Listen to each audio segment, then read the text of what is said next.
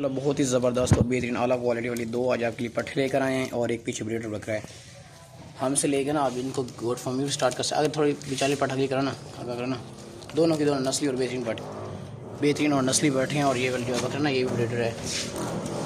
हमसे लेके आप गोट फार्मिंग स्टार्ट कर सकते हैं, अपना बिजनेस अपना कारोबार शुरू कर सकते हैं। बिल्कुल मुनासिब रेट में ये तीनों जहाँ आपको मिल सकती हैं। माशाल्लाह से बहुत ज़बरदस्त और बेहतरीन आगे चलाएँ इनको। आला नस्ल की क्वालिटी वाली पाकिस्तान के नंबर 1 क्वालिटी वाली पट्ठे हैं और ये बकरा है ब्रीडर। बस हो गई थी।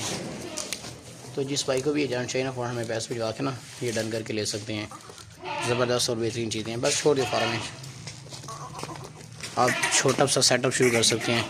ये इसको रख के ये बकरा माशाल्लाह ये देखें माशाल्लाह भाई इसकी खूबसूरती और क्वालिटी ना थोड़ा देख कितनी प्यारी लग रही है। इंशाल्लाह आपके पास पहुंचेगी ना तो आपका दिल खुश हो जाएगा। ये देखें भाई कमाल की चीज़ें हैं।